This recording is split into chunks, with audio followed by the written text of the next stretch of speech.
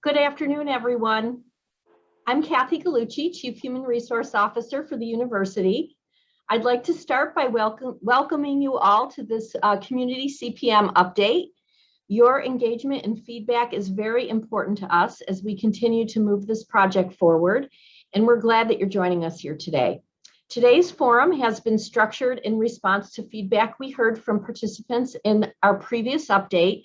Many participants asked for space to have questions answered in addition to the informational update on the project components. And so in response to this, we've prepared today's presentation, which will provide you with the update on where we are in the project and what has yet to be done. And then this will be followed by a series of scheduled Q&A sessions where we'll answer your questions about the project. We hope that this allows you to have your questions answered and that there is enough variability in the scheduled times to allow more staff to participate. Today's presentation will be recorded for viewing at a later date for those that could not attend today. Before we get started, I just want to convey that I'm very excited about the progress the team has made to date. Senior leadership and multiple cross-functional teams have been engaged and working to move the project forward. On behalf of senior leadership, I'd like to say that we believe that it's critically important to have staff and leader involvement in the project. And today, Dan Salamone will talk a little bit more about how that will occur. I want to thank you again for joining us today. And now I will turn it over to Dan Salamone, our Senior Director for Compensation at the university.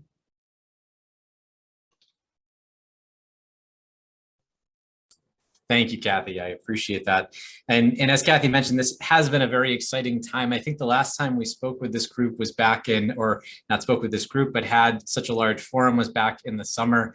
Certainly a lot has happened since then, and we're excited to be here today again to share some of that progress and absolutely talk to you a little bit about what's going to happen over the course of this year, the calendar year 22, and how you can become more involved in the project and ultimately help us define what will become a new job structure for us in the future state. So we won't spend too much time on introductions, nor will we spend a whole lot of time recapping why CPM. Would certainly encourage folks who weren't able to attend the last session to go to the website. The recorded session from the summer is out there and covers a lot of information about why we're doing this and kind of how we got here.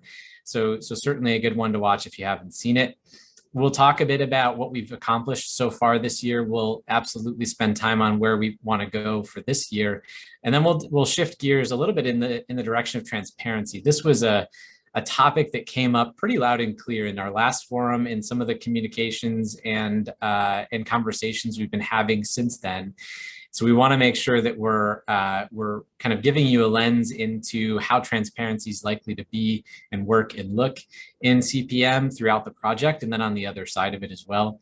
And then we'll round out the conversation today on the topic of staying engaged, because as Kathy mentioned, it's really important, certainly, that we have plenty of platforms and opportunities for people to engage and participate in this process. So we want to make sure you know what those are.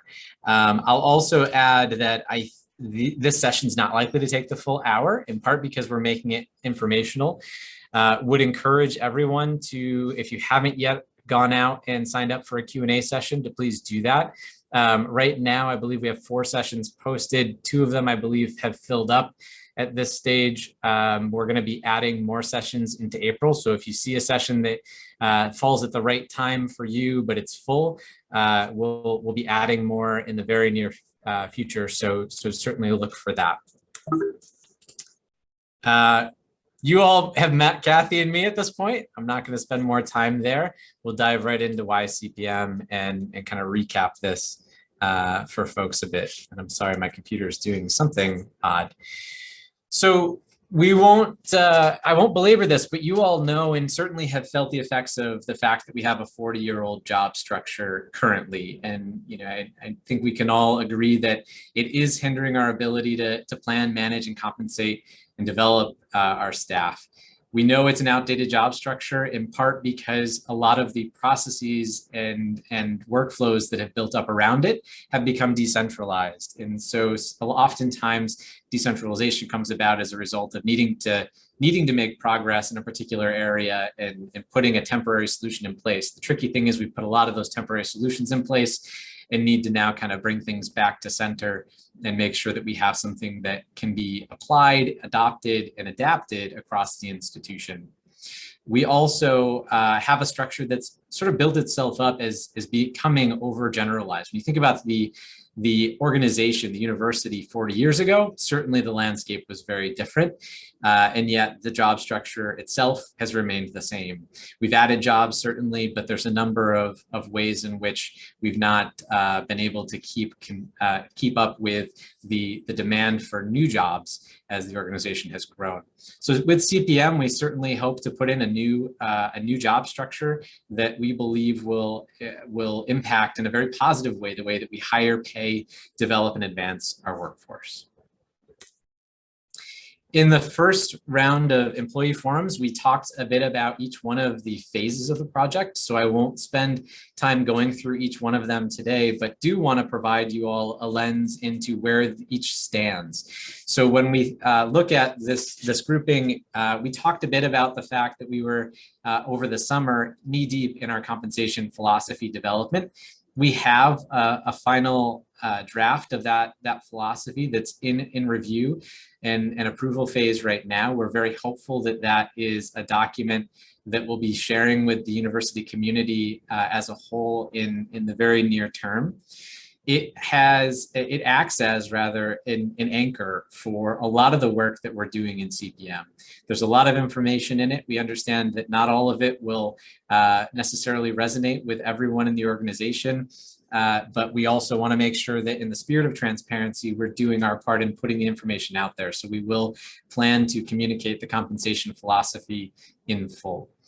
We are also in the preliminary review of our job structure and leveling. So we have a framework that we're working off of right now that depicts our new structure and our new leveling, as well as a plan for how we intend to do mapping of our jobs and roles throughout the organization into that structure. We're going to spend the majority of our time today talking about exactly that.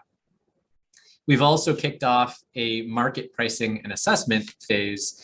This is a piece that's particularly important because it's how we ultimately identify the roles in our organization and where they map to externally facing benchmarks.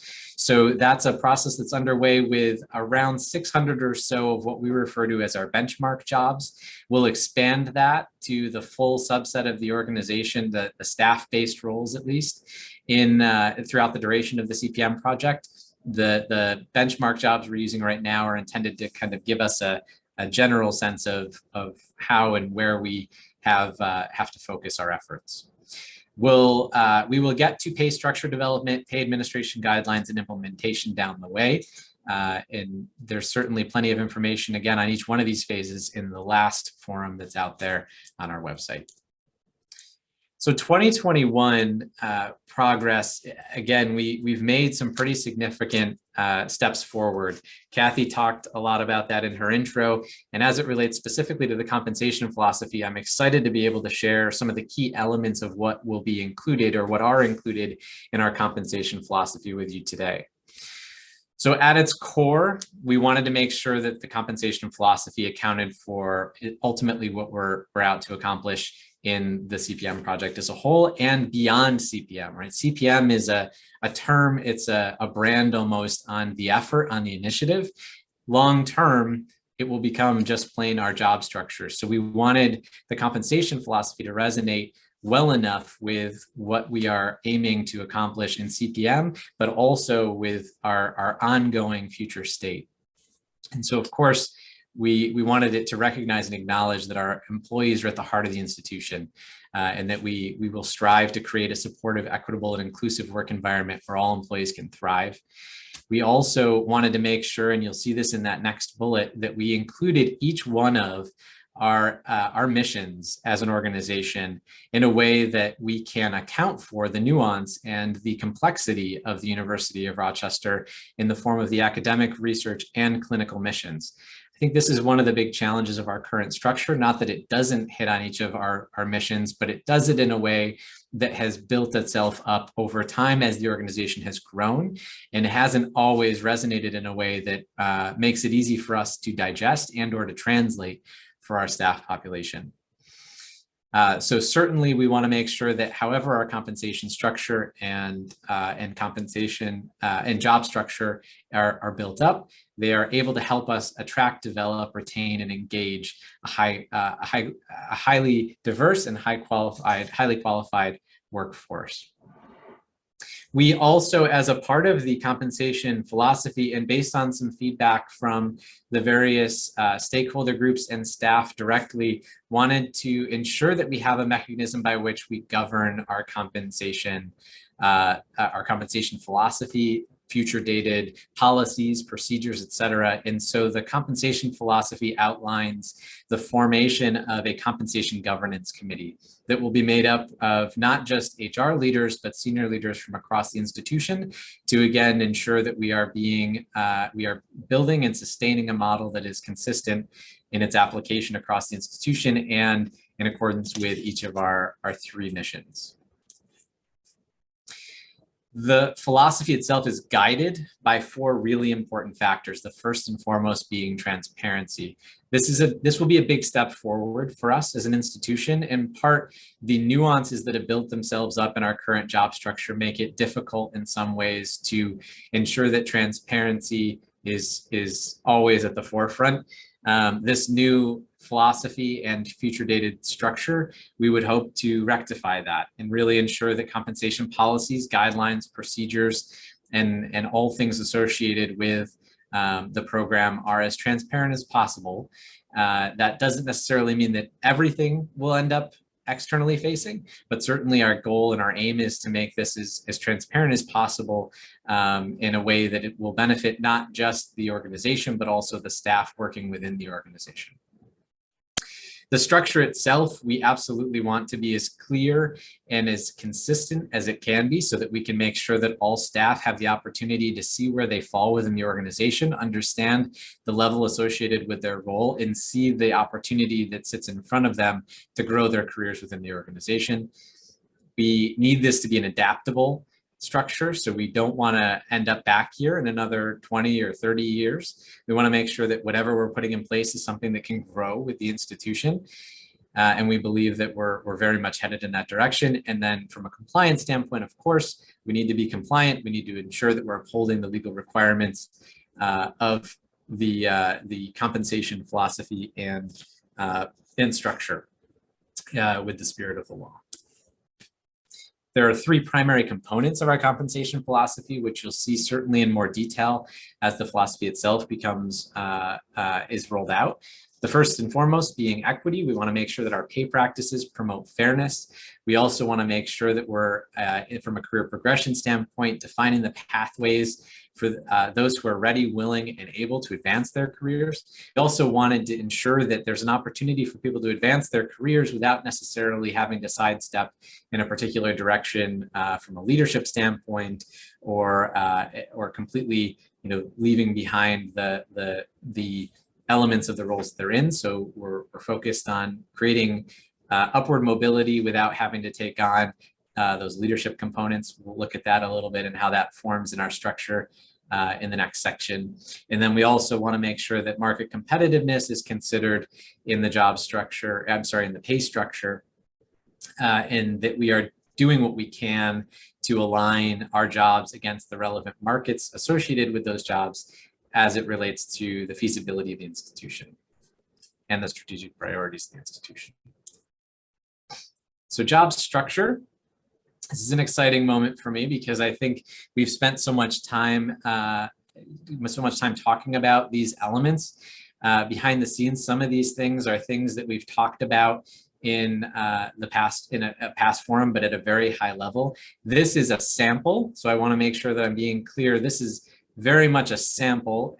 Does not include all the elements of what will become the job structure that we ultimately work to adopt, but wanted to talk a little bit about each of the components and the elements of a job structure. So the first of which are the career streams, which are really aimed at trying to categorize jobs in the form of the type of work that they are, so that those jobs fall into. And so those may be things like the leadership level or the professional level.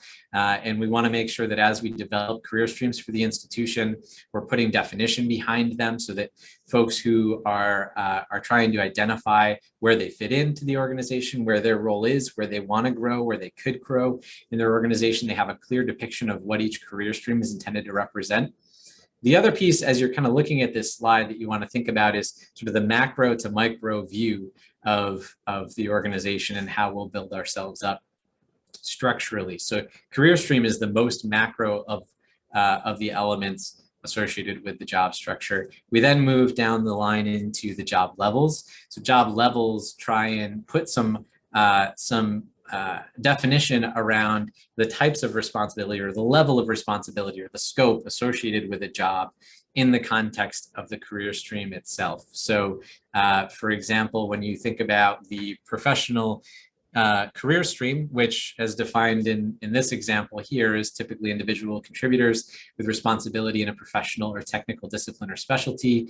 They may manage processes and programs. The majority of time is spent overseeing the design, implementation, or delivery of processes, programs, and policies using specialized skills and skills normally acquired through advanced education.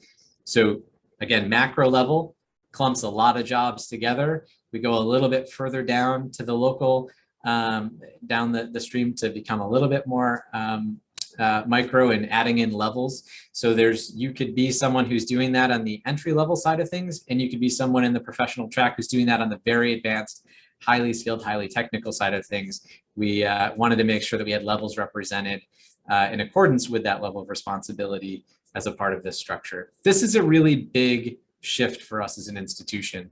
Right now, level and pay grade are one and the same, which often gets us tripped up as we look to explain, why or how someone may be sitting in one particular level and paid a certain way. It's really important as we build through this project and build this new structure out for the future that we're separating those two things, because they are, for all intents and purposes, very different, very independent things. You can be at a particular level and be paid in a different way. So we want to make sure that we're doing what we can to separate those two things. Job family kind of brings it that one step down again, getting a little bit more micro here, and categorizes jobs like research jobs or academic and student service jobs, financial service jobs, clinical jobs. Again, keep in mind, these are just samples. These aren't the full spectrum of our job families. And that's intended to really help us depict how different jobs ultimately correlate with one another by function. Then we go that final step down to the job subfamily level, where we get much more specific about the job requirements and the skills associated with the job. So that's where research can split into multiple areas. Again, just some samples here, but research administration or research labs, so the more technical side of research versus the more operational or even financial side of research. Academic and student services, so academic advising versus financial aid, et cetera. These are really important components of the structure, because ultimately you may start your career with the university in, say, financial aid and make a decision over time that you want to move in the direction of academic advising. We want to make sure that we have depicted for our staff well enough what the different roles and the levels associated with those roles within each of these categories ultimately is. Fast forward a little bit to kind of looking at the streams and levels a little bit more close up. So for the U of R right now, what we're looking at is we're trying to keep it simple, but at the same time, in such a way that will help us encapsulate the nuance that exists across the institution. So as of right now, what we're looking at are 5 primary career streams: clinical, associate, professional leadership, and senior leadership. Again, full definitions around each one of those things will be forthcoming. the job levels. We're looking at approximately 12 levels. All these things will have to be evaluated. All these things will have to be tested, and will certainly evolve as we move through a process to map in our jobs to the structure. So all of these elements that we're looking at today may shift a little bit depending on what ultimately we uncover as we move through an exercise to dissect each individual job. Each level will ultimately be reviewed against a 5 leveling factor criteria. So that those are things like organizational impact, which are the nature and scope of influence the job has on its area of responsibility, the communication and influence, which are the nature of communication the job is responsible for, and the level of influence required, the innovation and complexity, so the degree to which the job needs to identify and devise solutions to problems, and the level of autonomy to make decisions, leadership and talent management, the responsibility for people development, including supervision, training, coaching, and performance management, and the knowledge and experience, so the level of expertise required to fulfill job responsibilities as defined by minimum levels of formal education and or work experience. All factors and components that we have heard from folks are really important that become a part of this structure long-term. Sample job family definitions for job mapping. So the job families, we want to make sure that we're really breaking down as deeply as we can. Each job will ultimately be mapped in kind of reverse order. So every job will map to a subfamily, which maps to a job family, which maps to a career stream, et cetera. So some examples of how we intend to represent the different families and subfamilies are here. This is again a picture of a research job family. Again, keep in mind just a sample, not intended to be all inclusive of every job family and subfamily within the structure, but wanted to kind of break this down for folks. So as it relates to research as a family, there are clinical research, contracts and grants research, more generally, research administration, research development, and labs. If we look at just the contracts and grants, definition there becomes roles responsible for the administration of grants and contract proposals and awards and related compliance with federal, state, sponsor, and university regulations, policies, and procedures. So again, intended to help folks identify how they can grow and navigate within the organization, the organizational structure, their own career development and advancement. Looking ahead to CPM in 2022, and this is where we shift gears a little bit into how ultimately we expect and would like for the larger U of R community to become more involved in this project. It really boils down to this. So we have a lot of calibrating that we will need to do of this structure before it becomes final and before we can call it our new structure. And how we have to go about getting there is ultimately focusing on what's happening at the individual level. And so we are going to be looking throughout the course of this year for input from staff at a very local level in conjunction with their leaders at what ultimately the job responsibilities and the specific duties of each position that's out there are. And I think as an organization, we've focused on this in the past on a macro level. So as it relates to what does a staff accountant, as an example, do in the organization, then that kind of cascades down. This is really an opportunity and a time where we're going to be going in the reverse. We're going to be going out and actually asking you to tell us what do you do in the context of your role? What are the top 4 to 5 job responsibilities that you have? And then ultimately we'll go through a process to review each one of those, validate them either against the existing job that you're sitting in. So if it's true that this is a staff accountant role, that's how you stay in that classification. But we also acknowledge that we have over time used a growing number of job classifications to try and represent a lot of different jobs.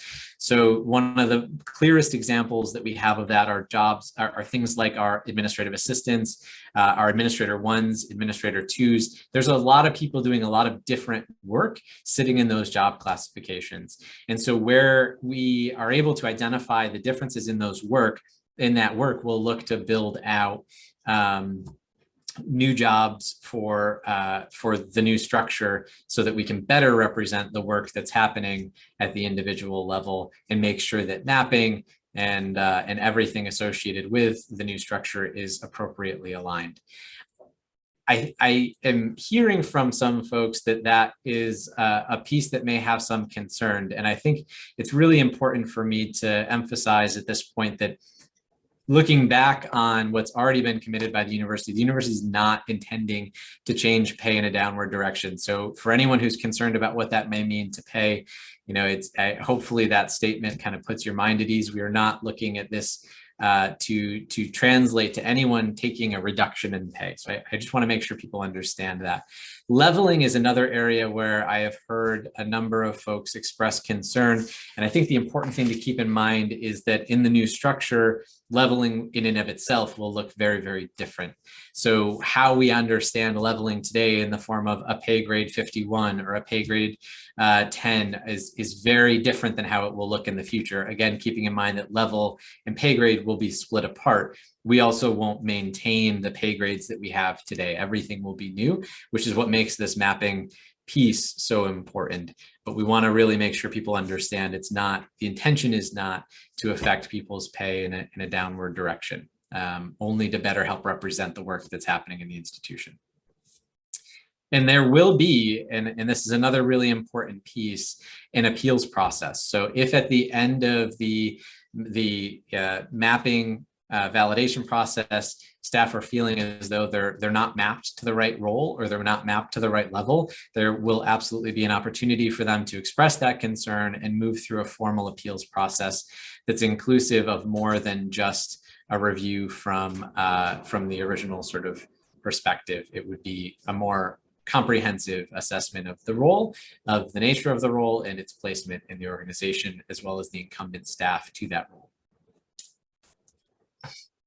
The other thing happening this year, I mentioned earlier on, but that is really us taking a look at the alignment of our jobs against the market. So we have a lot of work to do to assess how the jobs we have internally map to jobs in the external marketplace. We use salary surveys through a number of vendors that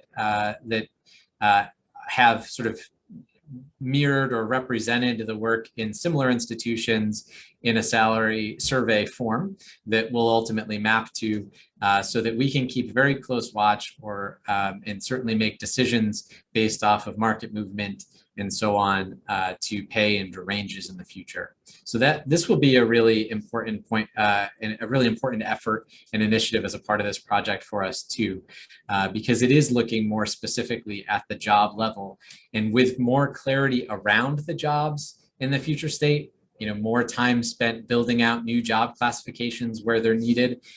We should have a much better way of assessing our own competitiveness against the market in pretty much all areas of our staff population. So this is a really important thing for us.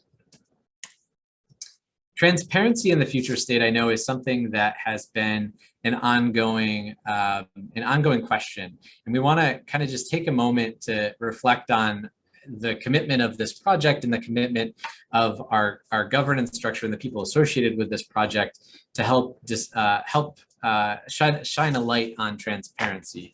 So we are absolutely we're starting conversations, and we're going to continue to have more conversations all the way through the end of this project to really ensure that we're striking the right balance in how much of the job structure is put out for general mass consumption versus how much for our staff consumption versus, you know, how much of it ultimately sits behind the scenes. And so we have a depiction here that I hope it might be a little bit light in color, so I hope people can see it. But this actually came from, it's a depiction that came from PayScale, which is a vendor that we use and will continue to use to help us monitor and measure our compensation approach. And ultimately, you know, we want to try and make transparency as personal as we can for the staff in our organization. So we want folks to ultimately know where, you know, what their pay is, that we want to try and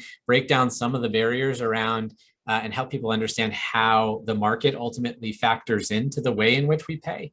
And then we certainly want to make sure that on the other end of this, people have a better sense of where they fall within the pay range for their job.